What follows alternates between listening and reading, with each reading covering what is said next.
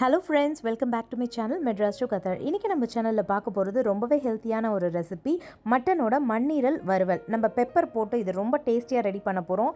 பிரெக்னன்ட்டா இருக்க லேடிஸ்க்கு அதுக்கு அப்புறம் ஆஃப்டர் டெலிவரி இந்த மாதிரி டைம்லலாம் பார்த்தீங்கன்னா ரத்தம் வந்து ரொம்பவே கம்மியாயிடும். அந்த டைமில் நம்மளுக்கு ஃபாஸ்ட்டாக நம்மளோட ஹீமோக்ளோபின் லெவலை இன்க்ரீஸ் பண்ணுறதுக்கு இந்த மண்ணீரல் ரொம்பவே ஹெல்ப் பண்ணும். இதை வந்து நம்ம கரெக்டான மெத்தடில் பண்ணோன்னா ரொம்ப டேஸ்டியாக நம்ம செஞ்சிடலாம். ஃபஸ்ட்டு வந்து பார்த்திங்கன்னா இதை நம்ம க்ளீன் பண்ணணும். க்ளீன் பண்ணுறது வந்து இது மேலே இருக்க இந்த மாதிரி ஒரு ஸ்கின் இருக்கு இல்லையா, அந்த மெலிசா அதை வந்து எடுத்துடணும். அது எடுத்தால் மட்டும்தான் நம்மளுக்கு ரொம்ப டேஸ்டியாக இது வந்து கிடைக்கும்.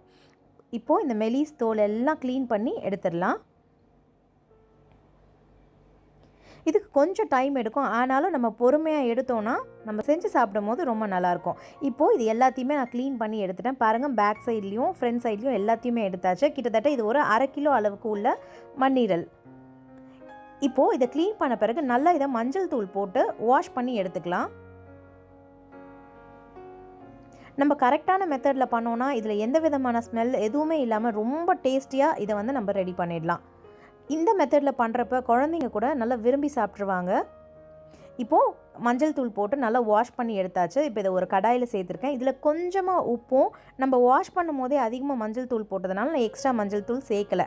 அதுக்கப்புறமா ஒரு 1/2 கப் அளவுக்கு தண்ணி மட்டும் சேர்த்துருக்கேன். சேர்த்து இதை லோ ஃப்ளேமில் வச்சு ஒரு 2 நிமிஷத்துக்கு வேக விடுங்க. ரொம்ப ஃபுல்லாக வேகணும்னு அவசியம் இல்லை, ஒரு 2 நிமிஷத்துக்கு மட்டும் வெந்தால் போதும். இப்போ நான் ஓப்பன் பண்ணுறேன். இப்போது பார்த்தீங்கன்னா ஒரு 2 நிமிஷத்துக்கு இது இந்த அளவுக்கு வெந்தால் போதும். ஃபுல்லாக வேக வைக்க வேண்டாம். நம்ம கிரேவி பண்ணும்போது மீதி வந்து வெந்துச்சுன்னா போதும். இப்போ நம்ம சேர்த்த தண்ணியில் வந்து பார்த்திங்கன்னா அந்த லிவரோட சூப் வந்து இறங்கிருச்சு. அதையும் தனியாக எடுத்து வச்சுக்கோங்க. இதுக்கு வந்து நான் ஒரு 3 வெங்காயம் அளவுக்கு கட் பண்ணி வச்சுருக்கேன். 3 வெங்காயத்துக்கு இந்த அளவுக்கு தக்காளி எடுத்தால் போதும். ஒரு பாதி தக்காளி தான் எடுத்திருக்கேன், சின்ன தக்காளியில். கூடவே கொஞ்சமாக கருவேப்பிலை. தக்காளி அதிகமாக சேர்க்க வேண்டாம். இப்போது ஒரு கடாயில் நான் வந்து ஒரு 3 டீஸ்பூன் அளவுக்கு எண்ணெய் சேர்த்துக்கிறேன். இதில் நம்ம கட் பண்ணி வச்சுருக்க வெங்காயமும் கருவேப்பிலையும் சேர்த்து நல்லா வதக்கிக்கலாம். இந்த வெங்காயத்திலே தேவையான அளவு உப்பு போட்டுக்கோங்க. நம்ம ஏற்கனவே ஈரல் வேக வைக்கும் போது கொஞ்சமாக உப்பு சேர்த்துருக்கோம், அதனால் கரெக்டாக பார்த்து அளவு சேர்த்துக்கோங்க. சேர்த்துட்டு வெங்காயம் கொஞ்சம் கலர் மாறுற அளவுக்கு வதக்கிக்கோங்க. வெங்காயம் இந்த அளவுக்கு கலர் மாறின பிறகு நம்ம இதில் இஞ்சி பூண்டு பேஸ்ட் வந்து சேர்க்க போகிறோம். இந்த மாதிரி ஈரல் மற்றபடி இந்த நான்வெஜ் ஐட்டம்ஸில் பிரியாணி இந்த மாதிரிலாம் செய்யும் போது நம்ம ஃப்ரெஷ்ஷாக இஞ்சி பூண்டு பேஸ்ட் அரைச்சி சேர்த்தோன்னா ரொம்ப நல்லாயிருக்கும். இப்போ நான் எடுத்துருக்கிறதும் ஃப்ரெஷ்ஷான இஞ்சி பூண்டு பேஸ்ட் ஒரு டேபிள் ஸ்பூன் அளவுக்கு எடுத்திருக்கேன். இது பச்சை வாசனை போகிற வரைக்கும் இந்த மாதிரி நல்லா வதக்கிக்கலாம். இப்போது இதில் 1 டேபிள் ஸ்பூன் அளவுக்கு சோம்புத்தூள் சேர்த்துருக்கேன். கூடவே 1 டேபிள் ஸ்பூன் அளவுக்கு சீரகத்தூள். இது ரெண்டுத்தையும் சேர்த்த பிறகு இதோட ஸ்மெல் பார்த்திங்கன்னா ரொம்ப நல்லாயிருக்கும். சாப்பிட்றப்பவும் இந்த ஃப்ளேவர் வந்து நம்மளுக்கு நல்லாவே தெரியும், ரொம்ப டேஸ்ட்டாக இருக்கும். கண்டிப்பாக இதை ஸ்கிப் பண்ணாமல் சேர்த்துருங்க.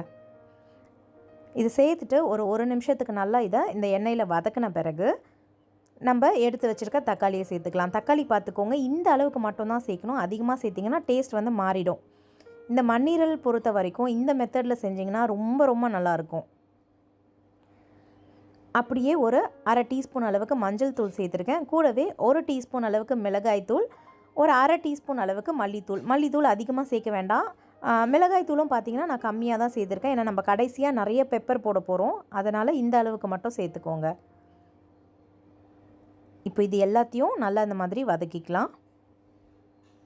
இது கொஞ்சம் இந்த அளவுக்கு கிரேவியாக வதங்கினதும் நம்ம வேக வச்சு கட் பண்ணி வச்சுருக்க ஈரலை வந்து இதில் சேர்த்துக்க போகிறோம். மண்ணீரலை நம்ம எடுத்து வச்சுருந்தோம் இல்லையா, அதில் சூப்பெலாம் வந்துச்சு இல்லையா, அதையும் வந்து அதோடு சேர்த்துக்கோங்க. இந்த மாதிரி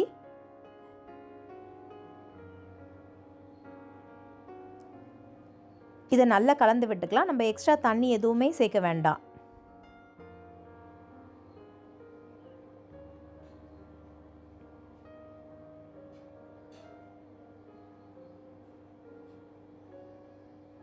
இந்த மாதிரி இந்த கிரேவியோட நல்லா மிக்ஸ் பண்ணி வச்சுட்டு இதை க்ளோஸ் பண்ணி வச்சுருங்க. ஒரு 3 நிமிஷத்துக்கு இது லோ ஃப்ளேமில் அப்படியே இருக்கட்டும். 3 நிமிஷம் கழித்து நீங்கள் ஓப்பன் பண்ணிங்கன்னா இந்த கிரேவியோட இந்த மண்ணீரல் சேர்ந்து நல்லா மிக்ஸ் ஆகி ரெடி ஆகிருக்கும்.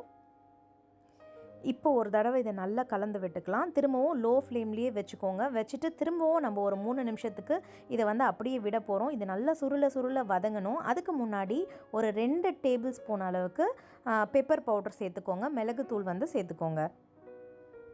இதுக்கு டேஸ்ட்டை எடுத்து கொடுக்குறதே வந்து பார்த்திங்கன்னா அந்த சோம்பு தூள் சேர்த்தோம் இல்லையா, அது சீரகத்தூள், இந்த மிளகுத்தூள் தான் இதுக்கு ரொம்ப அந்த டேஸ்ட்டை வந்து எடுத்து கொடுக்கும். மிளகுத்தூள் சேர்த்துட்டு நல்லா மிக்ஸ் பண்ணிக்கோங்க. இந்த மாதிரி இது ஒரு 3 நிமிஷத்துக்கு அப்படியே வந்து லோ ஃப்ளேமில் வதங்கட்டும்.